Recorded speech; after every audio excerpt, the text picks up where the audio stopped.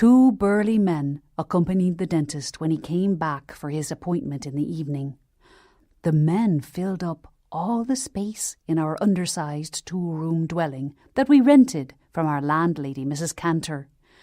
The men offered my mamma a 3-fingerful shot of Jim Beam whiskey, which she threw down her throat quickly, anxious to get the procedure over with.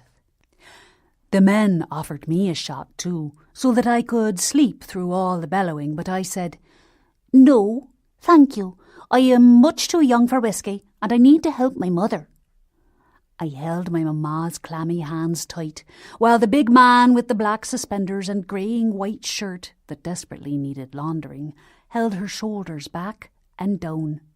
The smaller moustached man sat across her lap. The dentist put a large metal tooth puller that resembled a key into her delicate mouth. He counted to 3 and twisted the instrument clockwise before pulling with all his might at the tooth.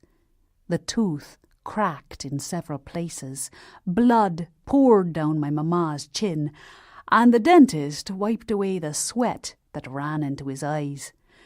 He said he would have to charge more to get all the splinters out. By the look of his grimace, he didn't like causing my mamma pain any more than she liked receiving it. Tears flowed from her eyes, and I kissed her hands and squeezed them tight to give her courage. "It will be all right soon," I said. Mamma, frozen with fear, nodded and mustered the strength to withstand the increasing pain in her mouth.